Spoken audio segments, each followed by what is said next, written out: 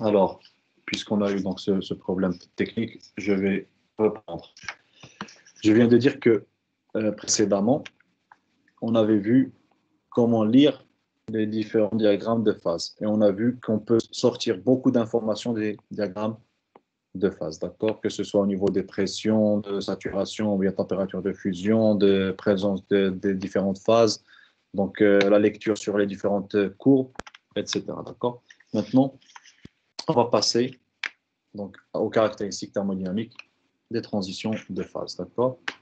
Et, et j'avais dit qu'on va commencer par la relation avec les potentiels donc, thermodynamiques. L'un des potentiels thermodynamiques les plus importants, c'est celui de l'énergie de Gibbs ou bien l'enthalpie libre. Et on avait déjà vu que sur un diagramme de phase, sur les courbes de séparation, les courbes le long des frontières, donc de séparation entre une phase et une autre, donc une phase 1 et une phase 2, qu'est-ce qu'on aura? On aura, donc les potentiels chimiques seront égaux. D'accord? Ça veut dire que G de la phase 1 sera égal à G de la phase 2. Et on peut écrire, dans ce cas, la différentielle suivante, où on a donc la variation de l'énergie de Gibbs par rapport à la température dt à pression constante, plus la variation de l'énergie de Gibbs par rapport à la variation de la pression à température constante dp est égale à celle de d2g2 sur dt à pression constante dt plus d2g2 sur dp à température constante dp. Et on sait que donc l'entropie est égale à moins d2g sur dt à pression constante Monsieur, et s'il vous v. plaît. Oui, Monsieur, s'il vous plaît, on n'en voit pas les slides. encore.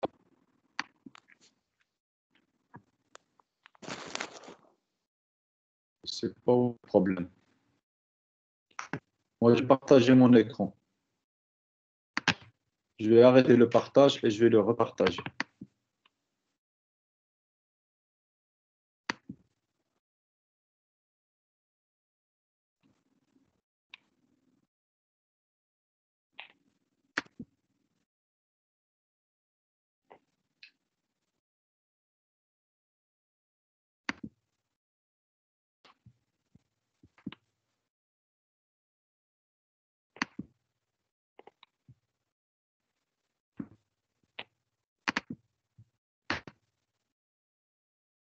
Maintenant, marche.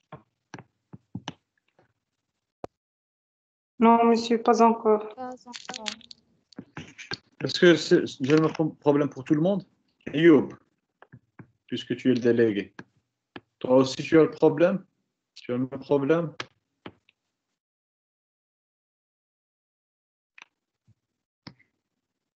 Est-ce qu'il est parti, Youb? Oui, monsieur. Monsieur, on a le problème. J'arrête encore une fois. Ce que je vais faire, c'est partager maintenant seulement les slides. Est-ce que vous les voyez? Non, monsieur. Non, monsieur. Pas encore. Encore, Bizarre. monsieur.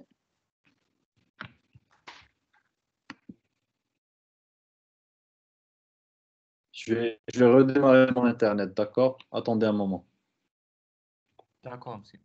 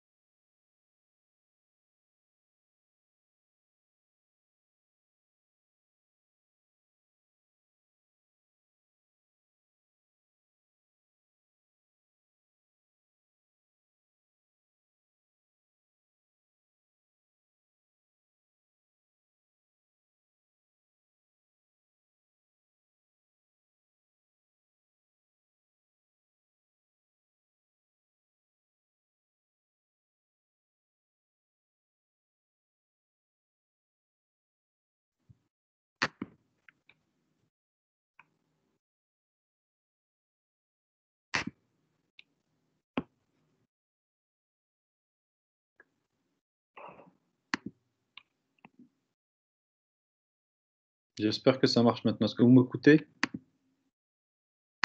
Oui, monsieur. Je viens de partager mon écran. Oui, monsieur. Ça marche? Oui, monsieur, ça marche. Oui, monsieur. J'espère que vous n'allez pas le perdre maintenant. Très bien. Alors, je reprends encore une fois. Donc, on avait parlé de la relation avec les potentiels donc, thermodynamiques et j'avais dit que donc, pour un diagramme de phase, et ça on l'avait déjà vu, tout au long donc, des courbes de séparation, donc tout au long de ces courbes de séparation, ou bien avant, donc ici ou bien ici,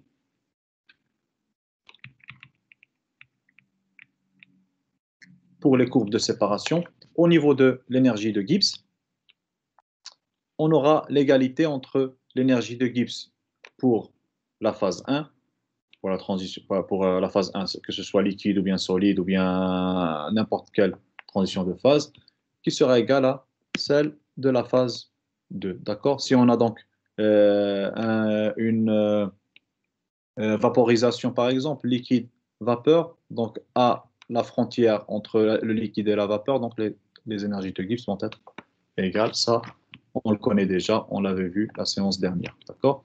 Et j'ai dit qu'on peut écrire donc cette différentielle. La différentielle, c'est donc la variation de l'énergie de Gibbs par rapport à la température, la pression constante, plus celle de par rapport à la pression à température constante pour la phase 1 sera égale à donc, la variation de l'énergie de Gibbs par rapport à la température à pression constante, bien sûr dt, plus la variation de l'énergie de Gibbs par rapport à la variation de la pression à température constante, dp pour la phase 2. D'accord? Donc la phase 1 peut être une phase, par exemple, liquide, et la phase 2 peut être une phase donc, vapeur. D'accord? Et on sait que déjà S est égal à moins d2g sur dt, P, et V est égal à d2g sur dp à température constante. Par conséquent, on peut écrire dans l'égalité, en remplaçant ici, ici on aura S1, l'entropie de la phase 1, ici on aura V1, volume de la phase 1, ici S2, et ici V. D'accord? En réarrangeant, donc on va ramener S1 de ce côté et V2 de ce côté, on peut écrire que S2 moins S1 D de T est égal à V2 moins V1 D de P. Et comme ça, on peut retrouver donc ce qu'on appelle la relation de Clapeyron, qui est D de P sur dt. D de P sur dt est égal à S2 moins S1 divisé par V2 moins V1. Donc D de P sur dt est égal à la variation d'entropie sur la variation du volume. D'accord? Donc celle-là nous permet de retrouver donc cette relation de Clapeyron. D'accord? Les grandeurs donc associées aux transitions de phase, principalement donc la grandeur associée à la transition de phase. Comme vous vous rappelez bien, on avait parlé de la chaleur latente. D'accord? La chaleur de transition ou la chaleur latente existe dans toutes les transitions de phase et surtout pour les corps. D'accord? Cette chaleur latente est une chaleur de transition. Elle peut être chaleur de vaporisation ou solidification ou liquéfaction. D'accord? Cette chaleur est strictement nulle au point critique, donc liquide, gaz. Elle n'existe pas. Vous vous rappelez bien du fameux donc, point triple et le point critique, où donc au-delà, on n'a pas de chaleur latente pour la transition de phase. Et on va voir la conséquence de cela dans ce qui suit au niveau de la classification de l'ordre des transitions de phase.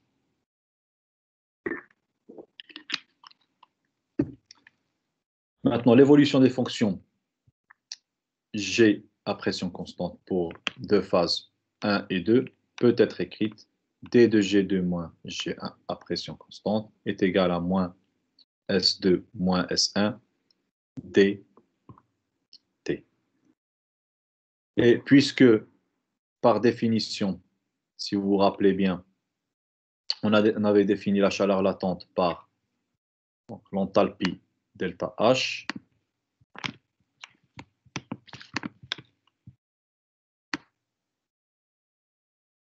delta H est égal à T delta S, variation d'entropie. D'accord? Et ça, c'est quoi? C'est, on avait dit, la chaleur latente. Donc, dans ce cas, c'était, au départ, c'était fusion, si vous vous rappelez bien.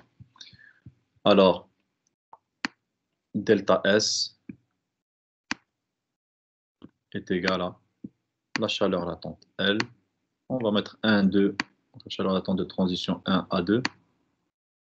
C'est mieux que de mettre fusion et de spécifier que c'est la fusion. Donc, de 1 à 2, divisé par la température. Et on peut remplacer donc ici, pardon, ici, ça c'est delta S.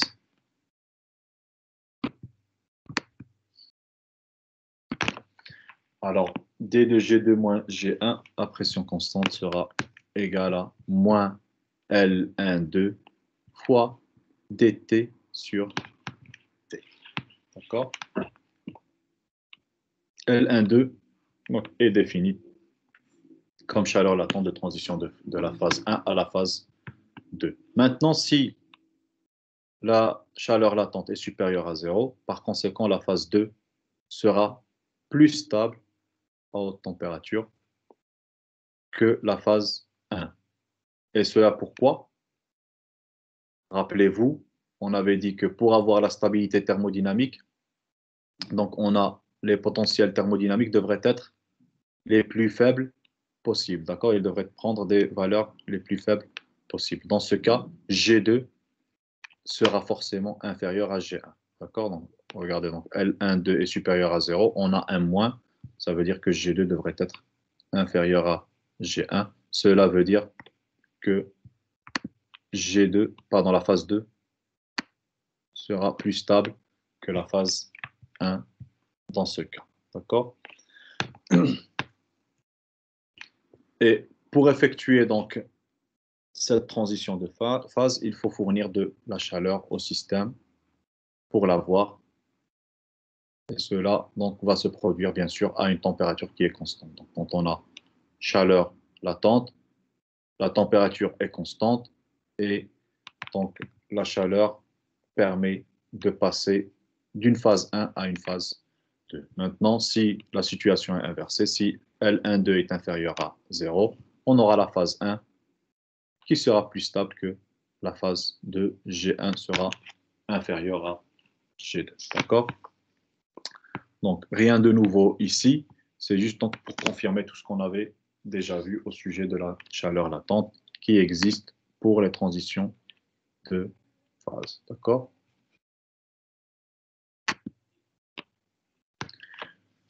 Maintenant, le concept de paramètre de l'ordre. Un changement de phase sans chaleur latente dans un solide s'accompagne d'un changement de symétrie. D'accord? Si on n'a pas de chaleur latente et on a transition de phase, cela veut dire qu'on a un changement de symétrie au niveau de notre structure. D'accord?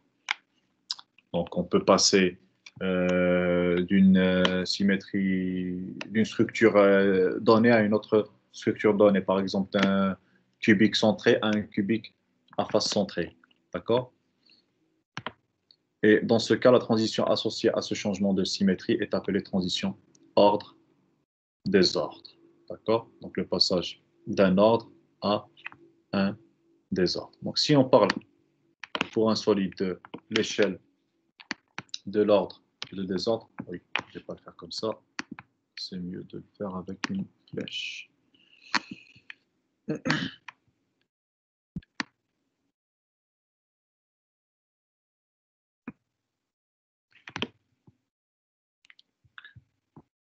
L'ordre, il augmente avec quoi? Avec la température? Avec la diminution de la température, d'accord? Donc, ordre diminue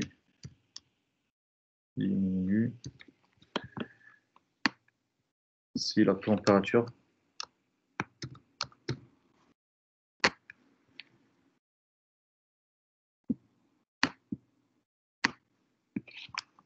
température augmente, l'ordre diminue. D'accord? Donc l'ordre va diminuer dans ce sens. En effet, si on parle de gaz, le gaz il sera plus désordonné que le liquide.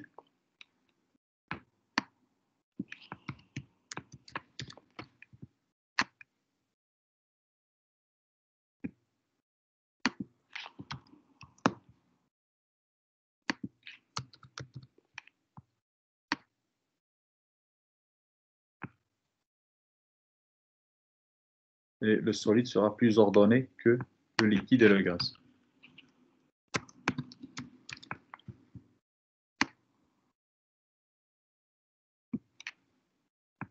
D'accord? Donc ça, ce sont les transitions de phase qu'on connaît tous. D'accord? Et on a dit que donc, ici, on aura des changements de phase avec donc chaleur latente. Maintenant, s'il n'y a pas de chaleur latente, ça veut dire en dessous de ça, ou bien pour le point critique, bien sûr pour liquide et gaz, on aura, donc pour un solide, donc on parle en dessous de ça, on aura un changement de symétrie. D'accord? Donc d'une symétrie à une autre. Ça veut dire qu'on peut parler ici de degré de symétrie. C'est un changement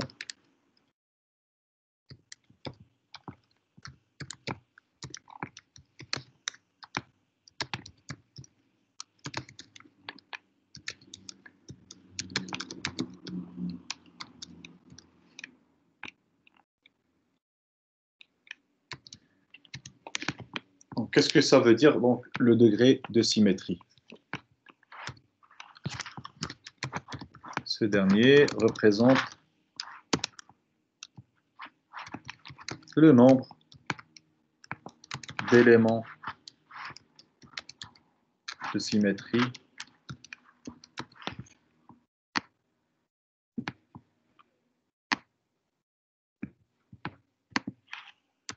que contient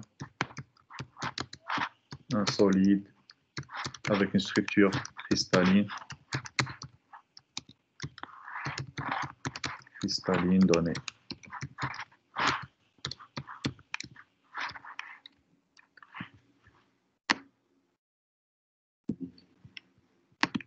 D'accord? Bon.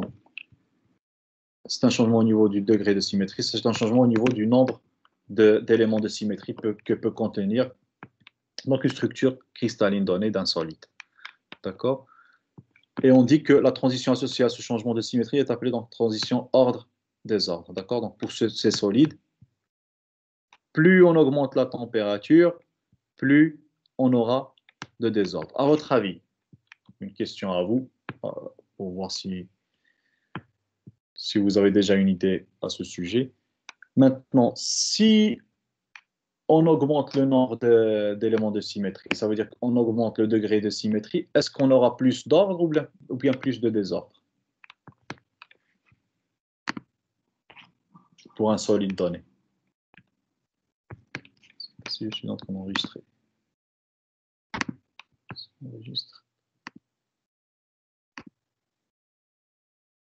Est-ce qu'on aura plus de désordre ou bien plus d'ordre? Plus de l'ordre. Plus il y a d'éléments de symétrie, plus il y aura d'ordre. C'est la réponse la plus facile, qui paraît la plus logique, mais ce n'est pas vrai. Plus il y a de points, plus vous avez un système qui est complexe. D'accord?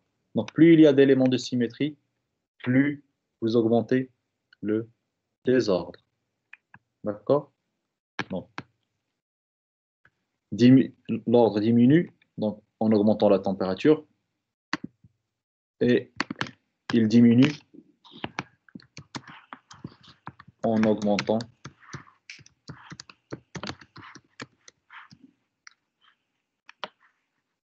le nombre, bien le degré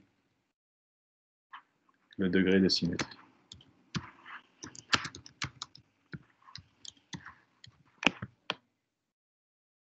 J'ai essayé de vous convaincre de cette idée, je l'espère bien. Donc, supposons qu'on a, on va dire,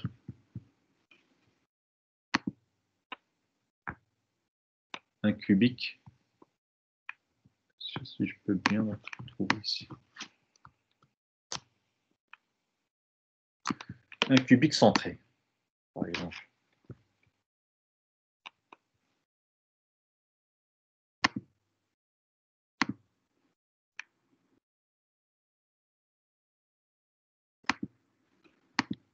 Un cubique centré.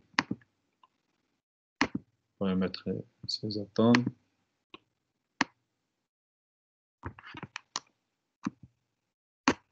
Une structure cubique centrée.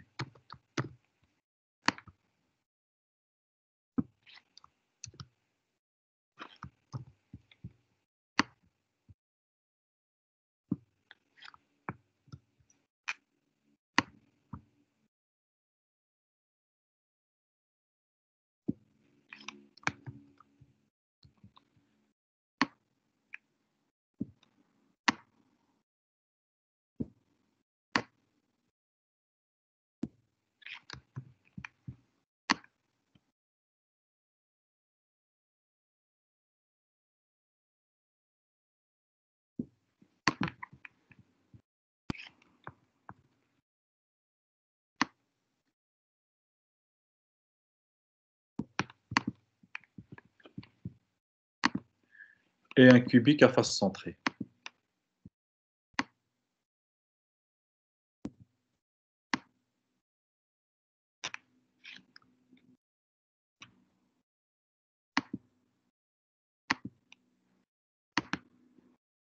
Quel est celui qui aura le degré de symétrie le plus élevé,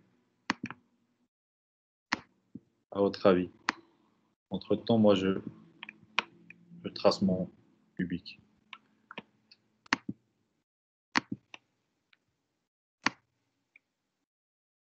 Quel est celui qui aura un degré de symétrie le plus élevé? Le cubique centré ou bien le cubique à face centrée?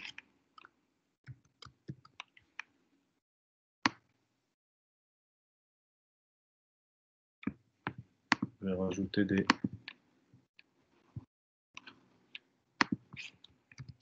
Le cubique à face centrée?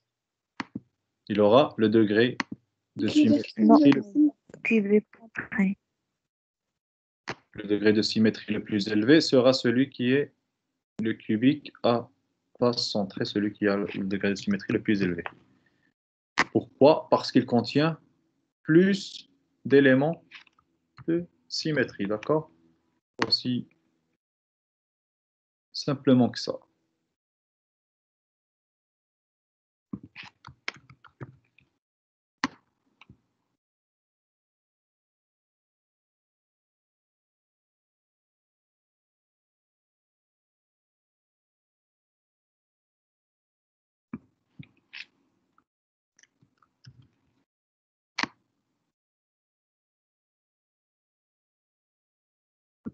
Un ici et l'autre de l'autre côté.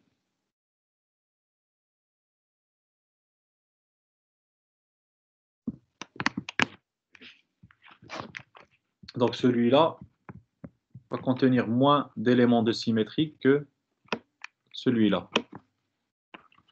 D'accord? Donc, quel est celui qui est plus ordonné? Celui qui est centré ou bien celui qui est CFC? Centré. Pourquoi?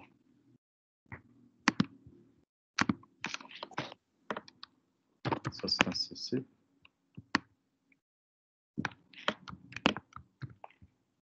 C'est facile à répondre. Plus il y a d'atomes, plus le système est compliqué, plus le système est désordonné.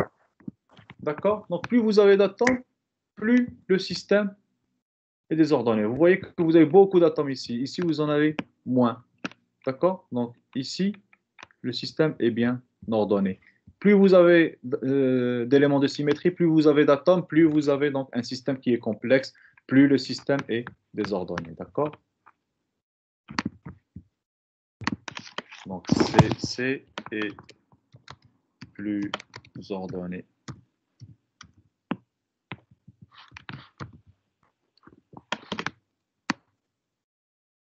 Donc, rappelez-vous de ça. D'accord? Parce qu'il y a beaucoup de confusion à ce niveau. Moins ordonné.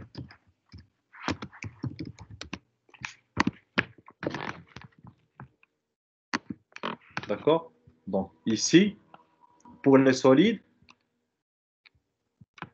plus on va dans ce sens, plus on diminue la température, plus on aura d'ordre, moins il y aura d'éléments de symétrie. D'accord? Donc,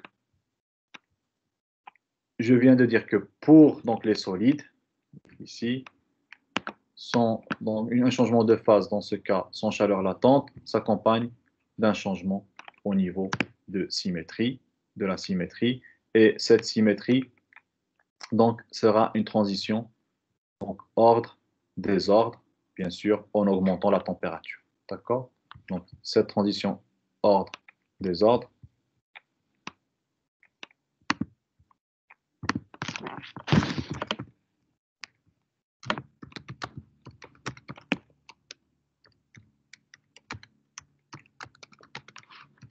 qui se produit en augmentant la température.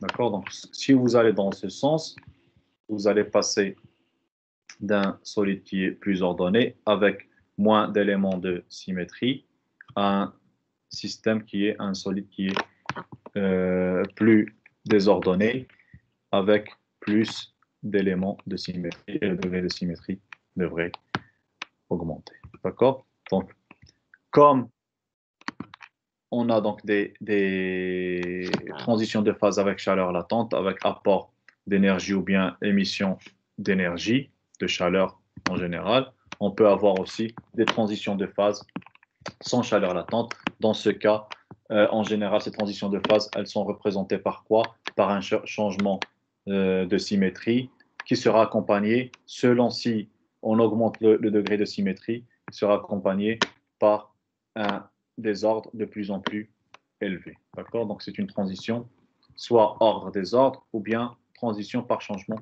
de symétrie.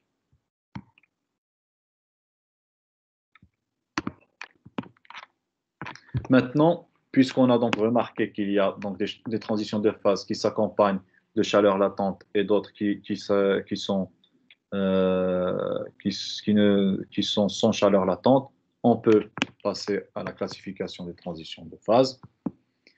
On a des transitions de phase du premier ordre et des transitions de phase du second ordre. D'accord?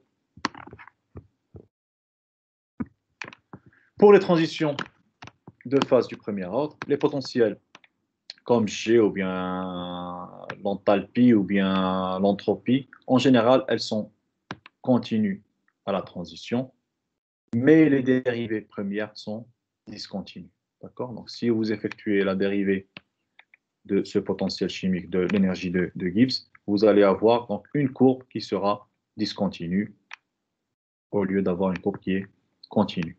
Donc, cette discontinuité, elle est représentée par quoi? Par la chaleur latente, donc, qui est associée donc, à cette transition. D'accord? Donc, cette chaleur latente, c'est la dérivée première de G. Donc, on avait déjà vu que c'est d de G sur dt à pression constante. D'accord? Donc, transition du premier ordre, en général, elles sont accompagnées de chaleur latente. D'accord? Les transitions de phase du second ordre, dans ce cas, les potentiels comme G et leurs dérivées premières sont continues. Vous voyez qu'ici, les dérivées premières vont être discontinues. Cela représente donc des transitions de phase, on va dire, du premier ordre. Et celles du second ordre, si vous effectuez donc la dérivée des potentiels chimiques tels que G ou bien l'énergie libre ou bien l'enthalpie ou bien l'entropie, donc vous aurez des dérivées premières qui sont continues à la transition. Mais si vous continuez et vous dérivez, donc c'est une deuxième fois, ces potentiels chimiques, ces potentiels, pardon, thermodynamiques, vous les dérivez une seconde fois, vous aurez donc, vous pouvez avoir des valeurs qui divergent. Les valeurs qui divergent, ça veut dire que des valeurs qui vont être donc, qui vont tendre vers l'infini. À ce moment-là, donc vous pouvez dire que la transition est du second ordre. Un exemple donc, concret dans ce cas, c'est l'exemple de liquide-gaz, la transition liquide-gaz, donc dans le cas du fluide supercritique. Donc à ce moment-là, donc, si vous faites le calcul de la deuxième dérivée de G, vous allez voir qu'elle va tendre vers l'infini. Cela veut dire que cette transition de phase dans cette zone de la courbe, c'est une transition de phase du second ordre. D'accord? On peut y inclure maintenant, puisqu'on a déjà vu que des transitions de phase sans chaleur latente peuvent exister au niveau de transition, donc ordre-désordre des solides. Un changement de symétrie peut être considéré une transition de phase du second ordre.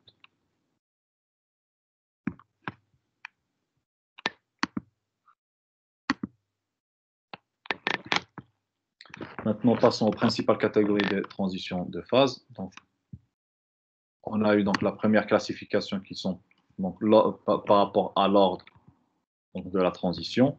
Et on peut avoir une transition, pardon, une classification de transition de phase selon donc les propriétés qui peuvent apparaître ou pas à la transition. D'accord?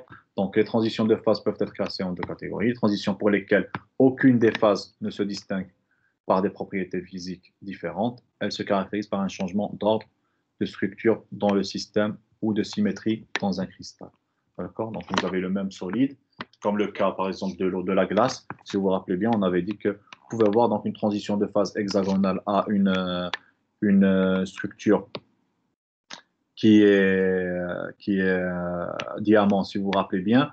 Et à ce moment-là, ce que vous avez, c'est de la glace, qu'on connaît tous. Et la seule chose qui a changé, c'est la structure de cette glace. D'accord? Il n'y a pas d'apparition de nouvelles propriétés physiques. D'accord? Tel que le cas de l'IPCO, si vous vous rappelez bien, l'oxyde d'yttrium, barium et cuivre. Donc, si vous vous rappelez bien, on avait dit que si vous diminuez la température, donc qu'est-ce que vous aurez? Vous aurez apparition de nouvelles propriétés sans avoir donc changement au niveau de la structure dans ce cas. D'accord? Donc, vous avez le premier cas, c'est un changement au niveau de la structure, au niveau de la symétrie, un changement au niveau de l'ordre, mais sans avoir de nouvelles propriétés physiques. D'accord? La deuxième catégorie, ce sont les transitions pour lesquelles l'une des phases qui apparaît lors de la transition a une propriété physique nouvelle qui peut être associée à un changement de symétrie ou bien de structure. Donc, on peut avoir ce changement de symétrie ou bien de structure, mais avec donc, de nouvelles propriétés physiques. D'accord? Donc, on peut citer dans ce cas, par exemple, la transition dans le cas des paramagnétiques, ferromagnétiques, paraélectriques, ferroélectriques. La supraconductivité, par exemple, d'un état normal à un état, donc, on va dire supraconducteur. D'accord? Donc, dans ce cas, on a de nouvelles propriétés physiques. Elle peut être accompagnée d'un changement au niveau de la symétrie ou bien de la structure. D'accord? Donc, deux catégories. Une sans apparition de nouvelles propriétés physiques, mais un changement au niveau d'ordre désordre ou bien un changement au niveau de la symétrie. Et la deuxième catégorie, c'est celle où on a donc un changement de phase avec lequel donc, apparaissent de nouvelles propriétés physiques et qui peut être associé aussi à un changement de symétrie ou bien de structure. Donc, les applications des transitions de phase, donc il y a beaucoup d'applications. On avait déjà vu, donc, par exemple, le cas de la supraconductivité, leur utilisation, par exemple, comme un moyen de transport dans les trains ou bien dans les trains à grande vitesse, le maglev, donc Japon, ou bien maglev, donc de Chine. Transitions de phase sont généralement utilisées aussi pour contrôler, donc des fois, la forme des molécules donc, utilisées dans des industries pour avoir donc, des formes bien définies dans des gels ou bien dans des polymères utilisés par exemple dans les industries donc, agroalimentaires ou bien de la construction avec bien sûr des propriétés bien déterminées. D'accord. Donc elles peuvent être utilisées aussi dans tout ce qui est donc on va dire industrie donc électronique telles que donc les différentes puces électroniques qu'on a dans nos ordinateurs ou bien dans nos téléphones portables. Au niveau que ce soit de leurs propriétés donc magnétiques, donc un changement de phase, comme je viens de le dire, donc para à ferromagnétique pour certaines donc applications. Aussi donc au niveau par exemple d'utiliser donc de les utiliser dans des on va dire des éléments électroniques qui utilisent donc les propriétés donc diélectriques, on va dire ferroélectriques, paraélectriques, etc., etc. D'accord. Donc transition de phase, vous voyez qu'elles sont très importantes au niveau donc application. Donc elles peuvent rentrer dans différentes industries pour différentes applications. Donc sur ce, je peux clôturer donc le chapitre 3 qui était réservé aux transitions de phase et on peut passer au chapitre suivant. Mais avant ça, bien sûr, si vous avez des questions, vous pouvez toujours les poser avant de passer à la partie suivante. Est-ce qu'il y a des questions? Des choses qui ne sont pas claires? C'est bien. Il n'y a pas de questions. On peut passer à autre chose. Donc, après les transitions de phase, on va passer au chapitre 4, donc la thermodynamique des interfaces. Donc, puisque je parle de thermodynamique des interfaces, on va s'intéresser tout spécialement, puisqu'on est sur la thermodynamique de la matière condensée, on va s'intéresser tout spécialement aux interfaces donc liquides. D'accord? Les interfaces liquides, que ce soit avec des gaz ou bien avec des solides, mais tout spécialement les interfaces donc liquides, gaz. D'accord? Donc interface, que veut dire interface en premier?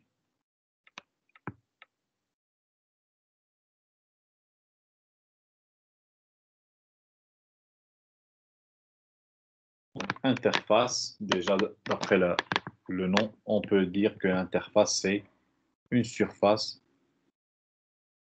séparatrice ou bien qui va limiter une phase d'une autre, d'accord? C'est une surface qui va séparer une phase d'une autre phase qui est différente, d'accord? Donc vous vous rappelez, quand je vous avais montré donc le fluide supercritique sur la vidéo, vous vous rappelez qu'il y avait une interface, il y avait un trait qui séparait donc la phase gazeuse de la phase liquide. D'accord? Donc une interface, ça serait donc la surface qui va limiter une phase d'une autre. D'accord? Donc cette interface sera donc en contact avec les deux phases. D'accord? Celle en bas et celle qui est au-dessus. Donc les phénomènes de surface, s'ils peuvent être caractérisés par leur effet purement mécanique, peuvent aussi être comparés à des réactions physico-chimiques correspondant à des changements dans les liaisons intermoléculaires. D'accord? Donc, les phénomènes de surface peuvent être caractérisés par leurs effets donc, purement mécaniques. Ça veut dire qu'on peut utiliser dans ce cas donc, la mécanique classique pour les interpréter, mais aussi peuvent être donc, comparés à des réactions physico-chimiques. Donc, au niveau, donc, on va dire moléculaire ou bien au niveau atomique, entre les différents atomes composant donc, le système. Leurs effets peuvent être donc considérés comme des variations de certaines fonctions thermodynamiques qu'on va voir par la suite. Dans ce chapitre, nous allons voir principalement la tension superficielle et l'énergie libre de surface, l'équation de Young et de Laplace. On va essayer de définir l'angle de contact et on va expliquer la montée capillaire à travers donc, la loi de Jurin. D'accord? Donc sur ce point, j'aimerais juste vous dire une chose parce que donc, les gens ils ne savent pas que Albert Einstein avait donc publié sa première publication dans le sujet donc, de la montée capillaire. D'accord? Donc, vous savez que Albert Einstein, c'était une personne qui était très, très curieuse. Donc, il avait remarqué que donc, les liquides tendent à monter si vous utilisez, donc, par exemple, si vous avez un tube qui soit donc, avec un diamètre suffisamment petit et vous le submergez donc, partiellement dans une solution, vous allez voir que le liquide il va avoir tendance à monter dans ce tube. D'accord? Donc, Einstein était curieux sur ce sujet. Il a essayé donc d'expliquer ce phénomène. Et sa première publication qui est en allemand, donc les gens qui sont intéressés peuvent la chercher sur Internet, était une publication sur la montée capillaire et non pas donc la mécanique quantique et tout ce qui est donc relativité et relativité restreinte. D'accord? Alors, donc maintenant, comment définir la tension superficielle? Pardon.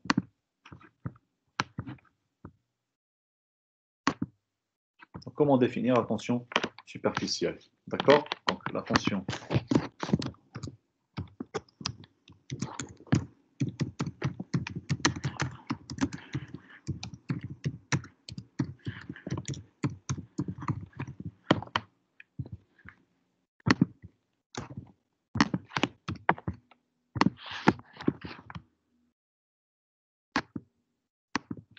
si on prend, je viens de dire qu'on va s'intéresser tout spécialement au liquide. Si on prend un liquide,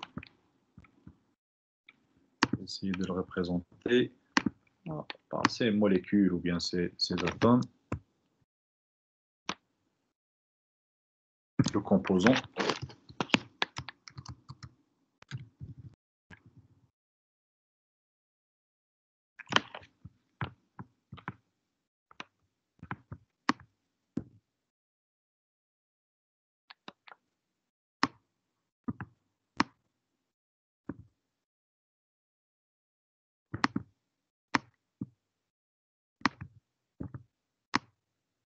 Donc si on va dans le cœur de la solution,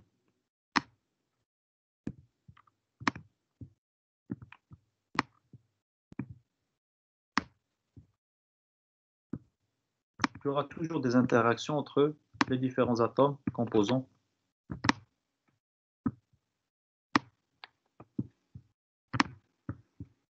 les atomes, bien les molécules composant ce liquide.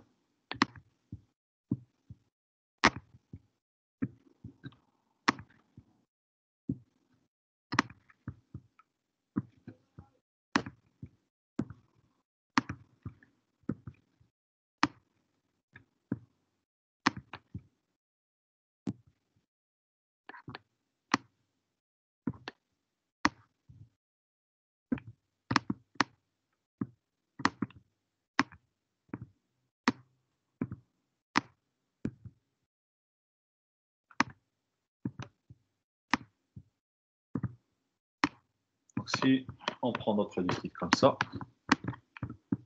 et on est dans le cœur de la solution, il y aura toujours des interactions entre eux.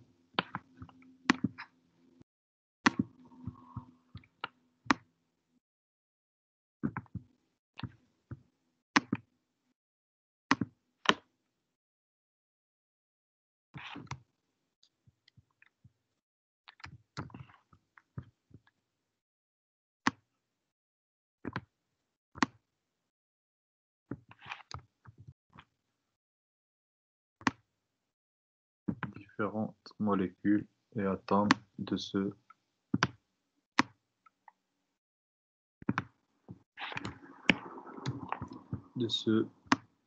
liquide.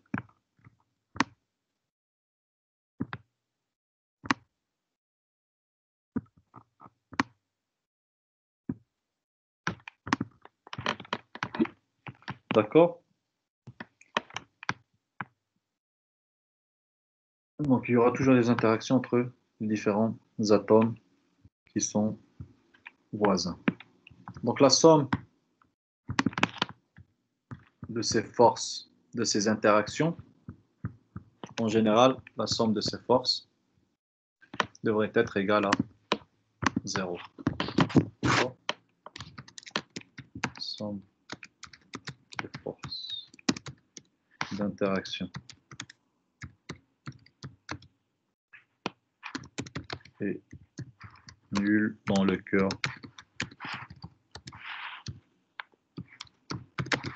de la solution. Si vous prenez toutes ces forces, toutes ces interactions, la somme devrait être nulle. Maintenant, prenons, au lieu de rester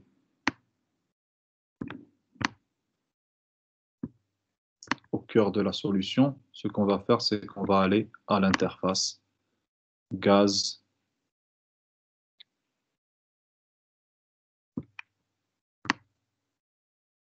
liquide.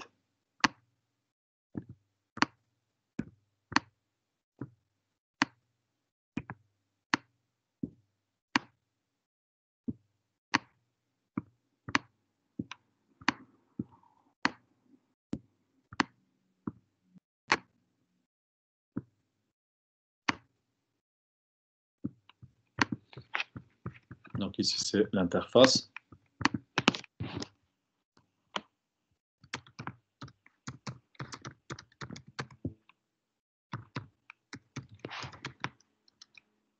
Liquide, gaz.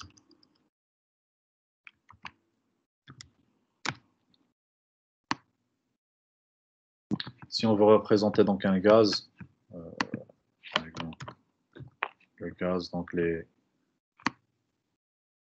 molécules et atomes vont être trop dispersés.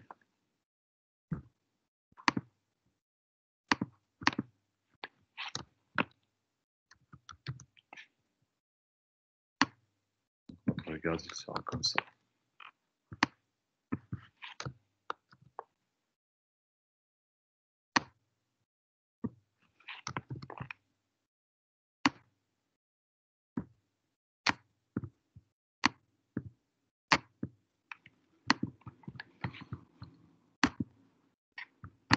Ça, c'est liquide.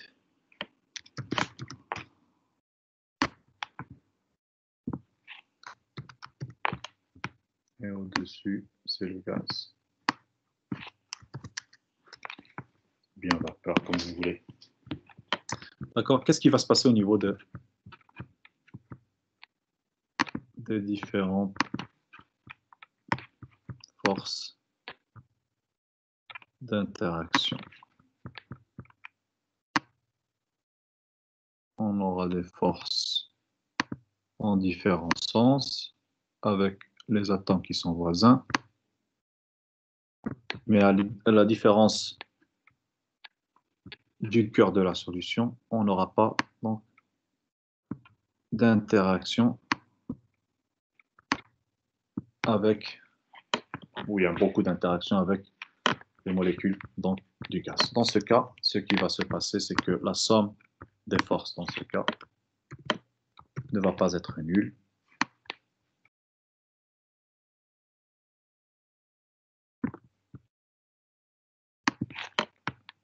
N'est plus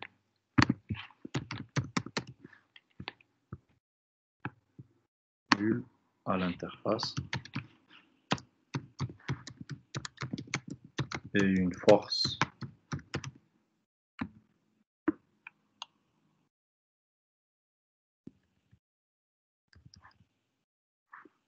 et la somme, pardon, sera une force dirigée vers l'intérieur.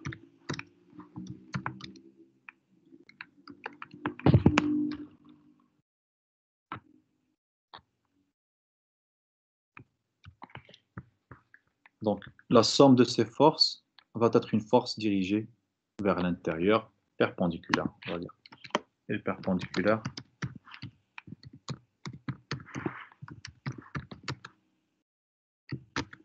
à la surface.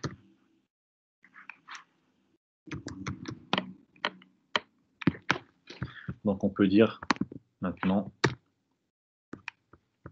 que cette force, ça sera une résistance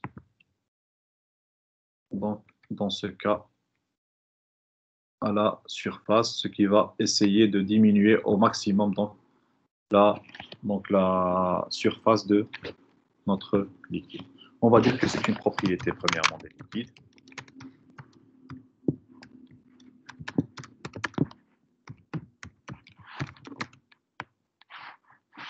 Qui permet donc de maintenir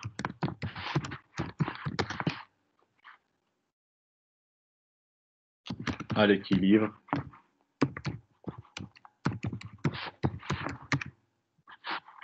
une surface qui est libre.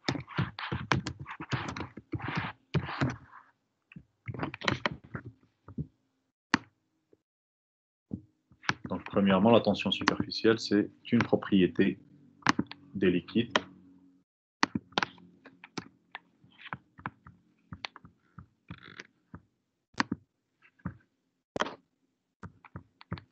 Ensuite, je vais reprendre ça, c'est mieux.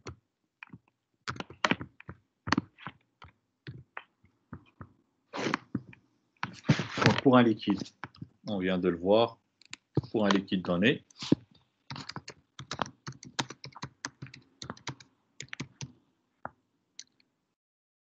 chaque molécule ou bien atome est soumise à l'attraction, ou bien l'interaction avec des autres molécules proches et voisines.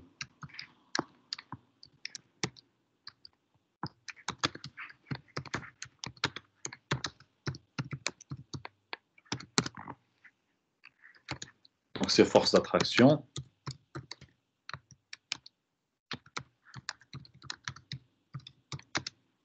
sont dirigées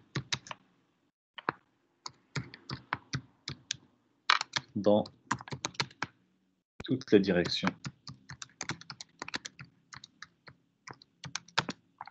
et leur somme est nulle.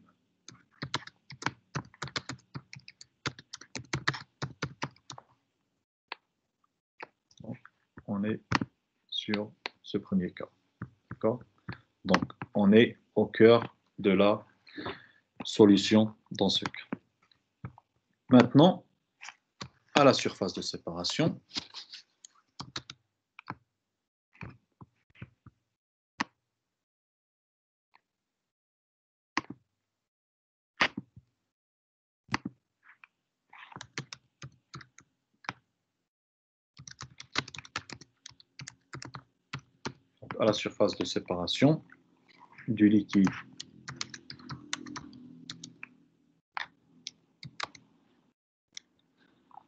et du gaz,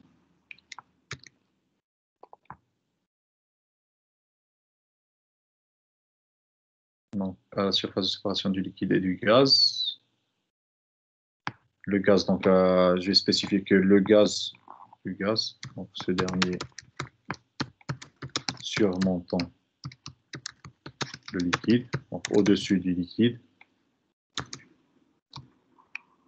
Les forces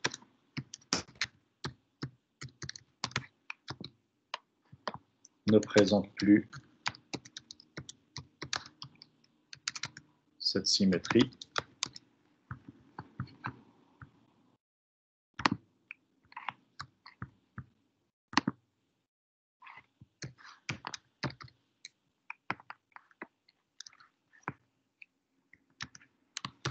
Ces molécules de surface se comportent, on va dire, comme une membrane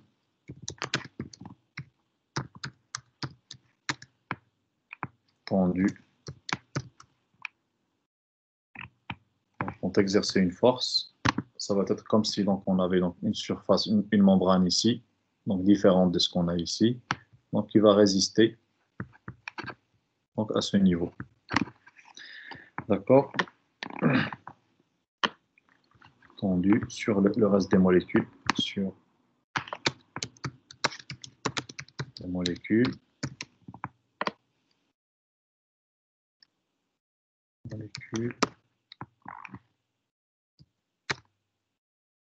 Comme pour les retenir.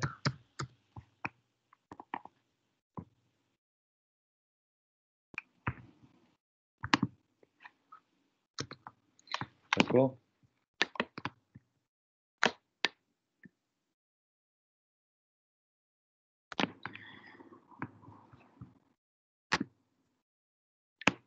Maintenant, donc, en général, donc cette membrane aura une épaisseur entre 1 et 100 nanomètres. Je peux faire ça comme ça.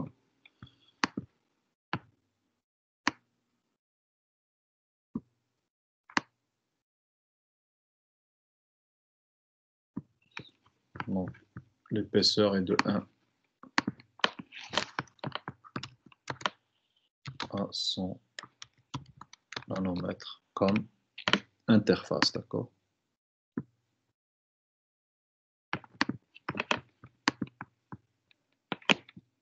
Donc,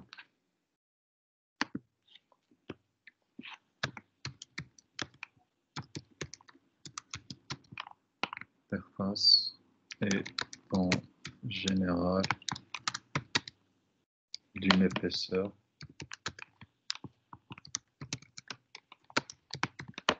entre 1 et 100 nanomètres.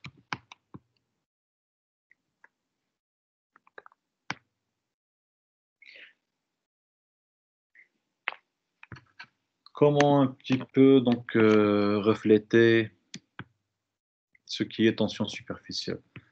Je crois que tout le monde a vu en général donc, des insectes qui flottent au-dessus de l'eau, par exemple. D'accord? Donc, ils mettent leurs pattes au-dessus de l'eau et peuvent flotter donc, au-dessus de l'eau. Donc, c'est grâce à cette propriété, donc cette tension superficielle, que les insectes peuvent flotter au-dessus de l'eau.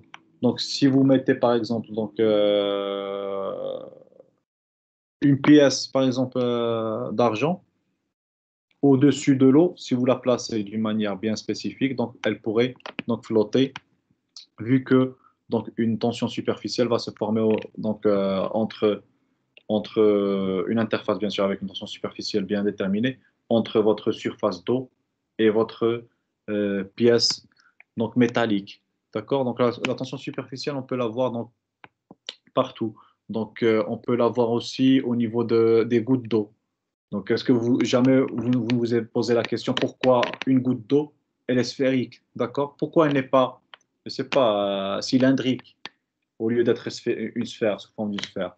D'accord? Vous voyez qu'un liquide, quand vous êtes en train on va dire, de le lancer goutte à goutte, vous aurez toujours donc une forme qui est sphérique. D'accord? Donc, la question, c'est pourquoi donc les gouttes d'eau, elles ont cette forme sphérique. Cette forme sphérique, c'est une forme qui leur permet d'être le plus stable possible. À travers quoi? À travers donc, la diminution au maximum de leur surface. D'accord? Pour qu'elle soit stable, donc la goutte d'eau, elle doit diminuer au maximum sa surface. Et cela est dû à quoi? À la tension superficielle entre quoi? Entre le liquide d'eau et, donc, dans ce cas, l'air. D'accord? Pour être plus spécifique, on peut dire aussi que la tension superficielle, c'est une énergie. Bien, autrement dit,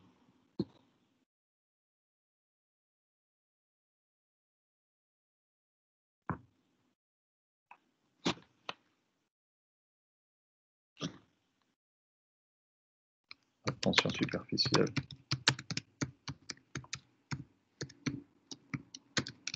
et l'énergie apportée,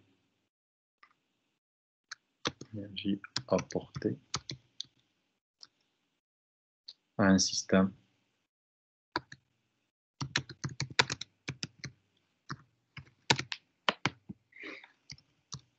pour augmenter sa surface.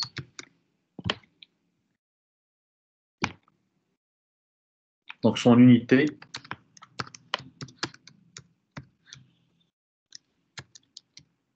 avant l'unité. Si je parle d'unité, je vais laisser une partie qui est très importante.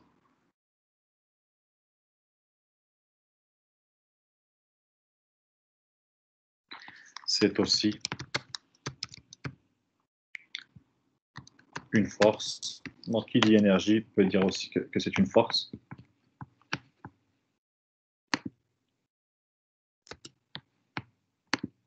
C'est aussi une force. C'est aussi une force qui s'oppose. On va dire une résistance donc, qui s'oppose.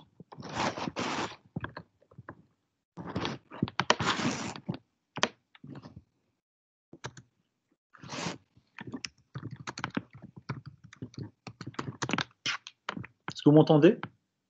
Je ne sais même pas si vous êtes là. Vous m'entendez? Oui. D'accord. Donc, qui s'oppose à la dilatation de la surface.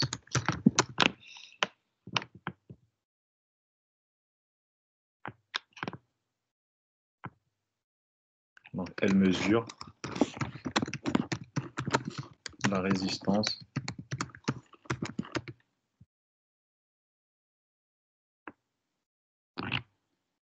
elle mesure la résistance à cette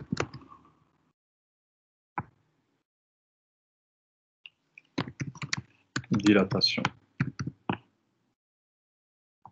ou bien cette augmentation de surface, on va dire. Cette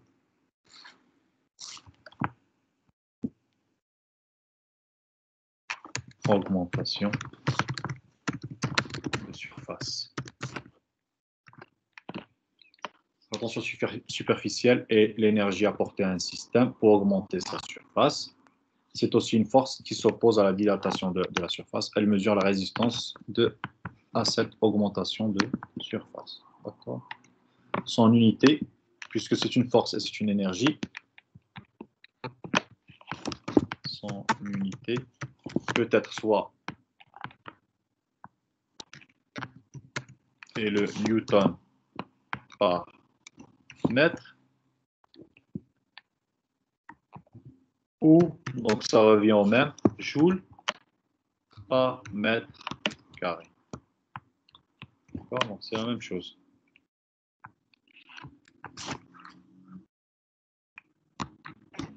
Énergie, c'est joule par mètre carré. Force, c'est newton par mètre.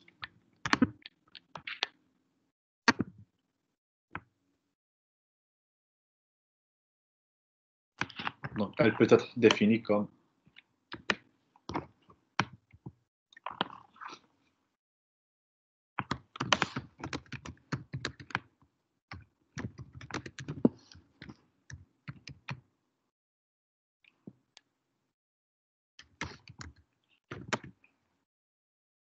par la relation suivante.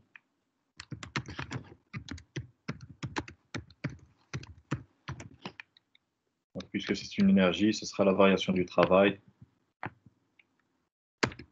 dW est égal à gamma, la tension superficielle gamma,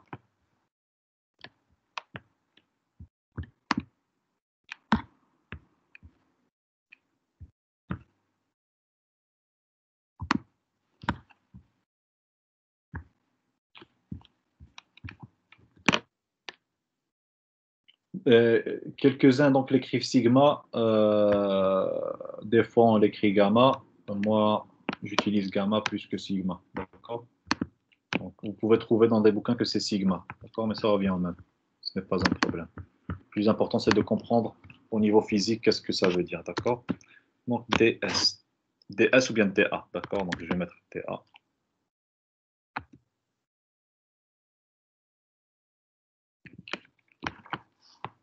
Où W est le travail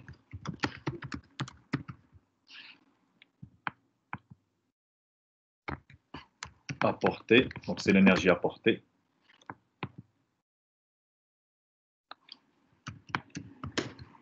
Pour augmenter la surface.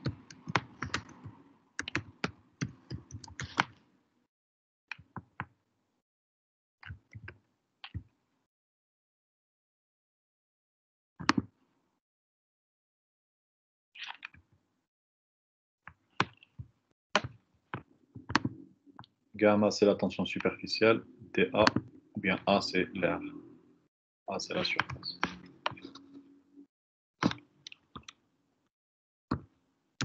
A est la surface de l'interface. Gamma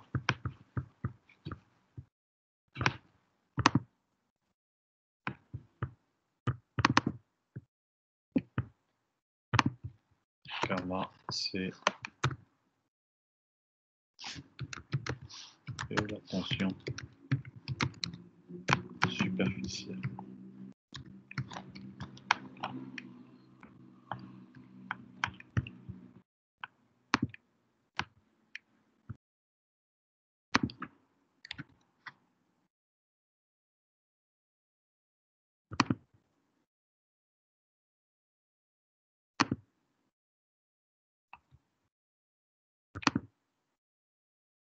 Donc, un exemple bien concret de la tension superficielle. Je ne sais pas si vous avez joué à ça quand vous étiez petit. Jouer à faire des bulles de savon. Je crois que tout le monde a joué à faire des bulles de savon, d'accord? Donc, la bulle de savon aussi, c'est un exemple concret de tension superficielle parce qu'elle contient donc deux interfaces, d'accord? Vous avez l'interface qui est interne, gaz, liquide. Le liquide, ça sera donc la membrane de savon. Et vous avez l'interface liquide, gaz à l'extérieur, d'accord? Et là aussi, donc pour avoir cette forme de bulle, vous avez besoin de quoi? Vous avez besoin de tension superficielle. Donc maintenant, essayons de un petit peu concrétiser, rendre ça un petit peu plus visuel. À travers quoi? À travers une expérience. D'accord? On va faire la même expérience plus ou moins de la bulle de savon, mais en utilisant donc un cadre de ce type. D'accord? Pour être plus clair, je vais représenter ici. Je vais prendre un cadre métallique par exemple. Comme ça. Avec un des côtés qui sera coulissant.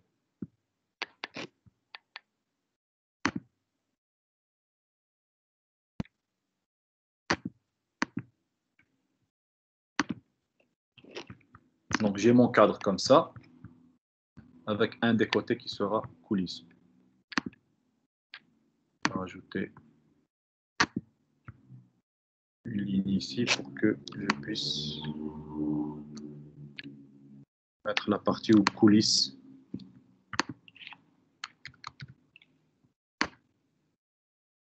Mon côté. D'accord? Ça veut dire que ce côté, il peut se déplacer. Je peux le déplacer. Je peux le tirer dans ce sens. D'accord? Donc,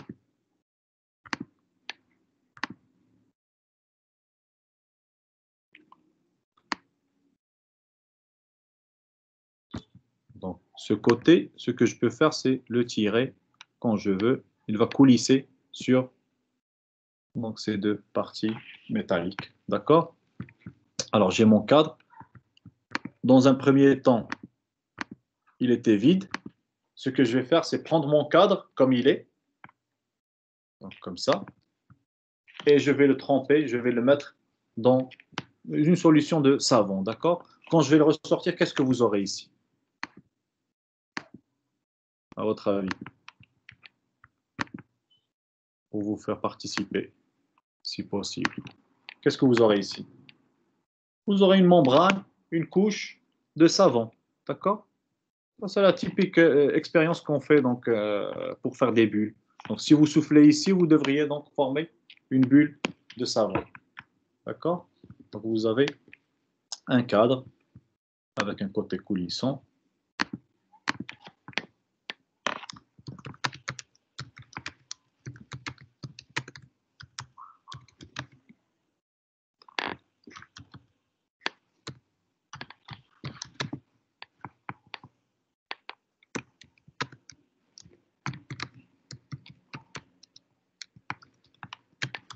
Et trempé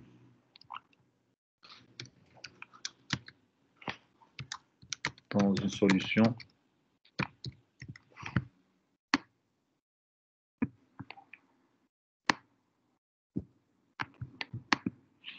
contenant du savon.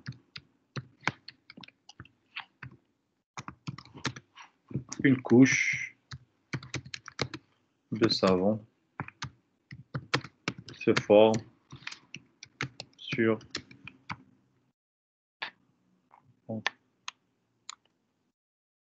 la surface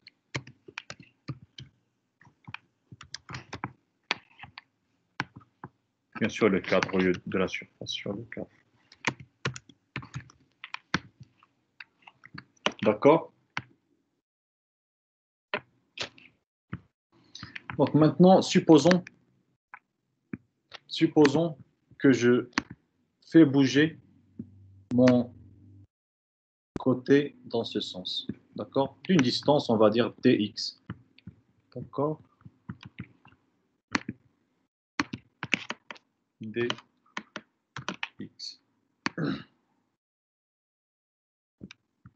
Si je tire, physiquement, qu'est-ce que ça veut dire? Ça veut dire que j'applique une force. Je vais appliquer une force F.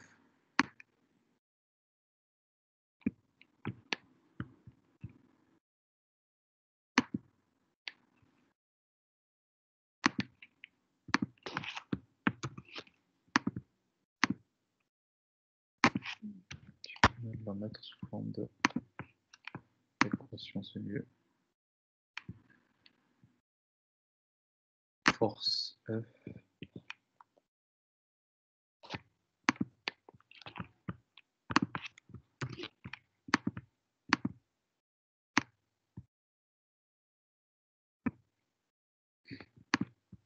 Si je tire, qu'est-ce qui va se passer à ce niveau? Ce qui va se passer, c'est que j'aurai donc plus de surface de savon, d'accord?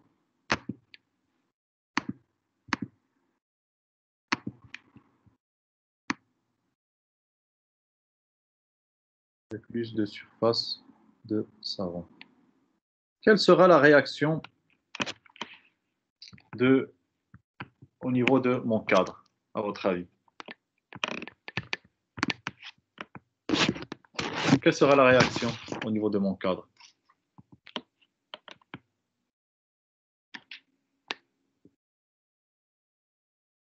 qu'est-ce qui va se passer? Donc, j'ai tiré mon côté avec une force et j'ai essayé d'agrandir, d'augmenter la surface. Qu'est-ce qui va se passer au niveau de ce cadre, au niveau de cette surface, d'après la définition? Je ne sais pas si je me parle à moi-même, hein. Vraiment, des fois, je crois que je me parle à moi-même. Ce qui va se passer, c'est qu'on a dit qu'il y aura une force de résistance donc, à cette augmentation de surface. D'accord? Donc, d'après la définition, regardez. La tension superficielle et l'énergie apportée à un système pour augmenter, c'est aussi une force qui s'oppose à la dilatation de la surface. Ce que je vais faire, c'est augmenter la surface, dilater la surface. D'accord? Donc, forcément, il y aura une force, qui va s'opposer ici. Cette force, donc pour la représenter réellement, elle va s'opposer donc à ce niveau. Force F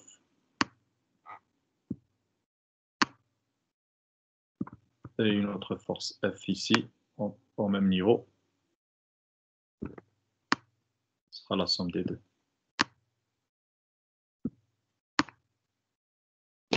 D'accord? Qui vont aller dans le sens inverse.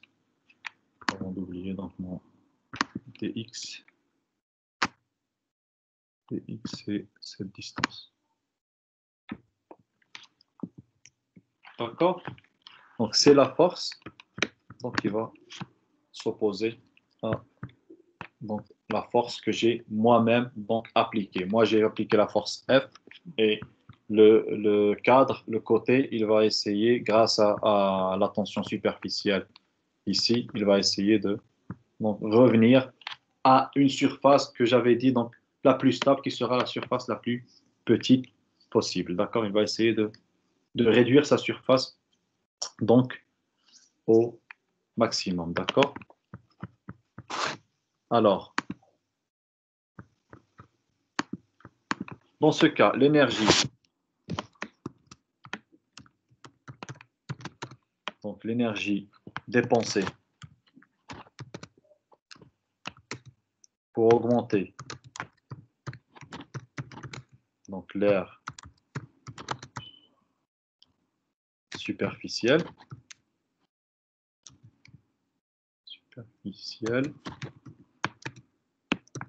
donc correspond au travail d'une force. D'accord. Et F, ce F sera égal à quoi? Moins 2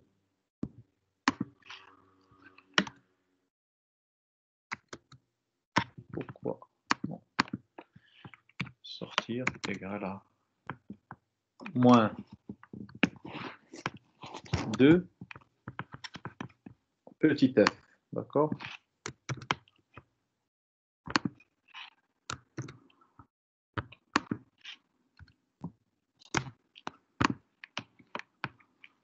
D'accord? Si on parle donc de la norme donc de cette force, au lieu de parler de force vecteur, on parle de norme. Ça sera 2F. D'accord?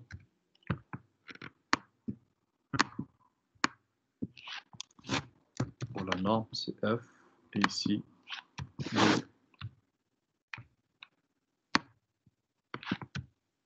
2F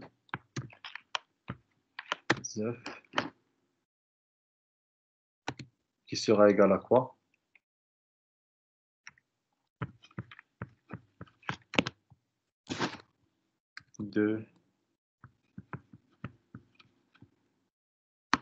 Donc dans ce cas, d'après la définition, Donc, c'est la force, ça sera 2 gamma. Dans ce cas, au lieu d'avoir donc l'air, on aura donc la distance. Dans ce cas, on va la nommer distance L. Égale à 2 gamma.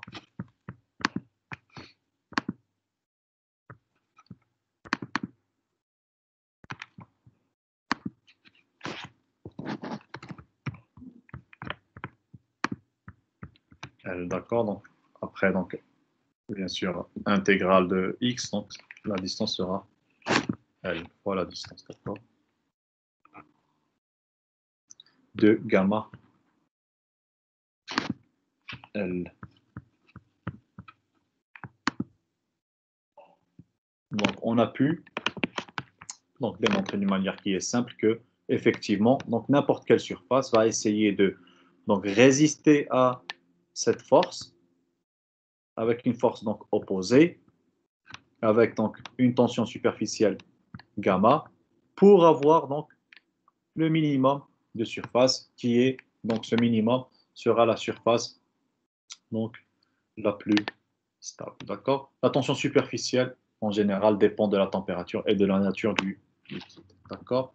Donc, dans ce cas, donc, ayant des liquides avec des interfaces donc, ici qui sont l'air, on a l'eau, le benzène, méthanol, éthanol, à différentes températures, on a différentes tensions superficielles, newton par mètre, bien sûr, ici, donc c'est newton par mètre.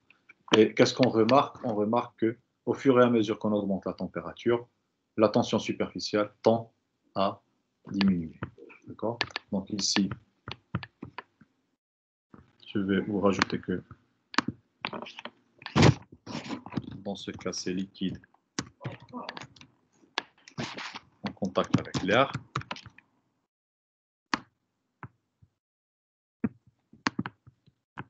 Et bien sûr ici, donc la tension superficielle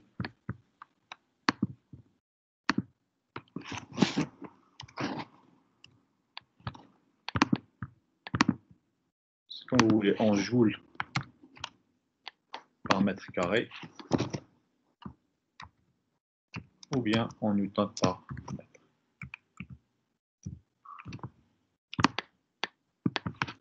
Et on remarque que pour chaque liquide, on a une tension superficielle selon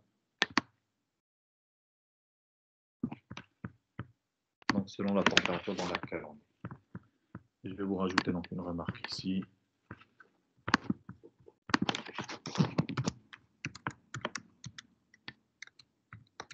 Donc l'expérience que je viens de vous donner, vous pouvez donc la faire chez vous.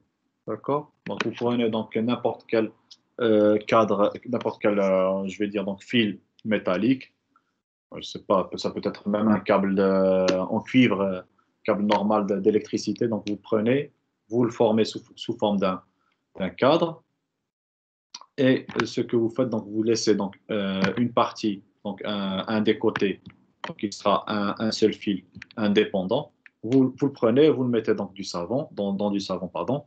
Vous le trempez, vous sortez et vous essayez donc de faire bouger donc votre côté et vous lâchez. Vous allez voir que, donc bien sûr, tant que vous ne déchirez pas donc la surface de savon que vous avez ici, d'accord.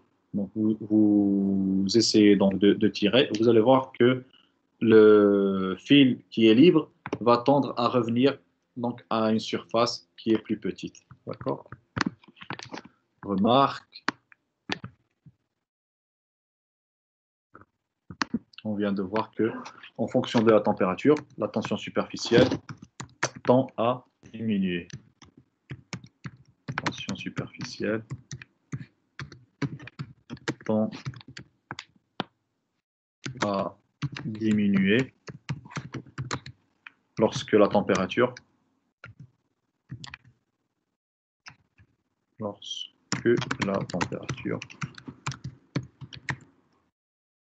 est augmentée.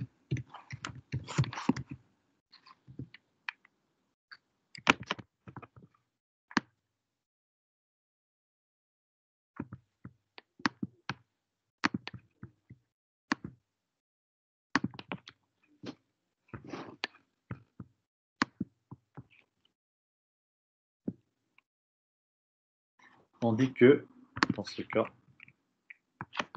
donc, les forces de cohésion, ou bien les forces d'attraction, bien d'interaction, donc, sont réduites avec donc, l'agitation thermique. D'accord? Donc, plus vous avez donc, la température, plus donc, vous avez donc, séparation, bien donc, agitation thermique au niveau de vos molécules, et cela réduit donc, la tension superficielle. Donc, cela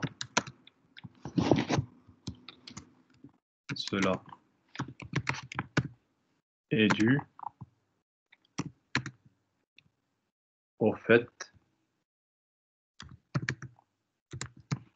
que les forces de cohésion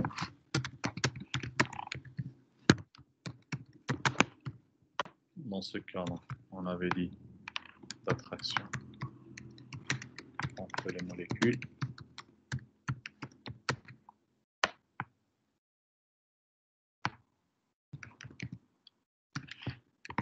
de cohésion intermoléculaire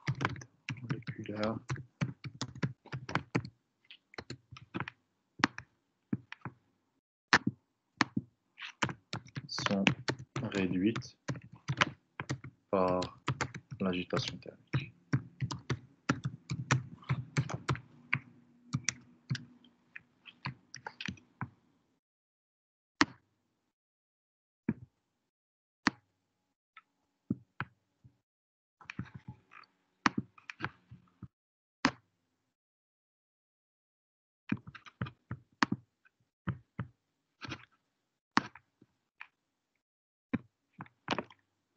Est-ce que c'est clair?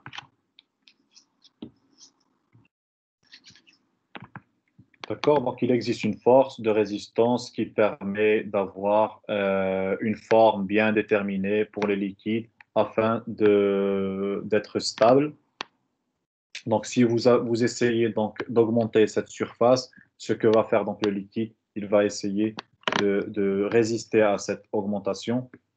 À travers quoi? À travers donc une force donc, opposée à la force que vous imposez.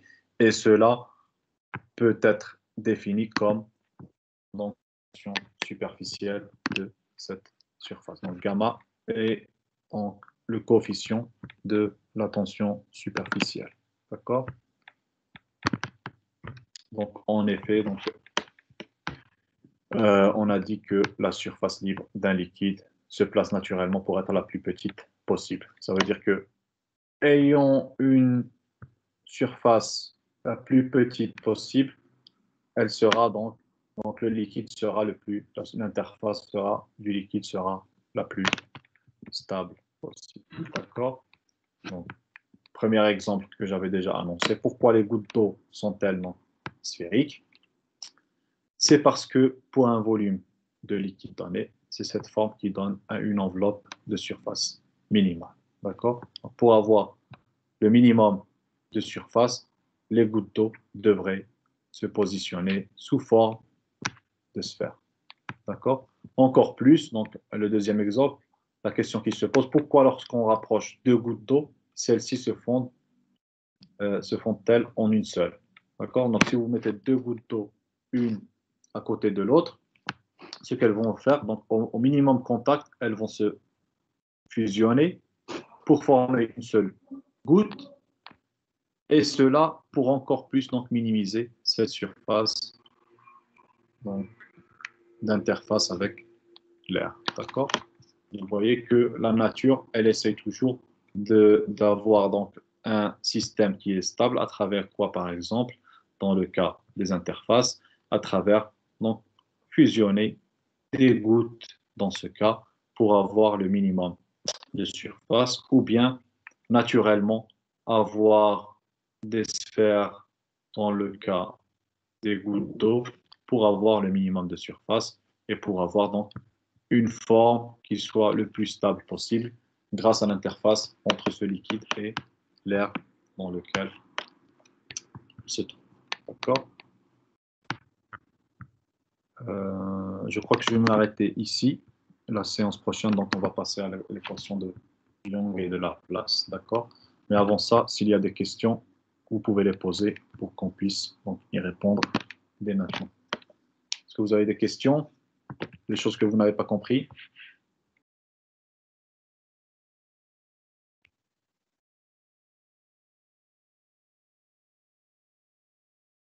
Non, monsieur, pas de question.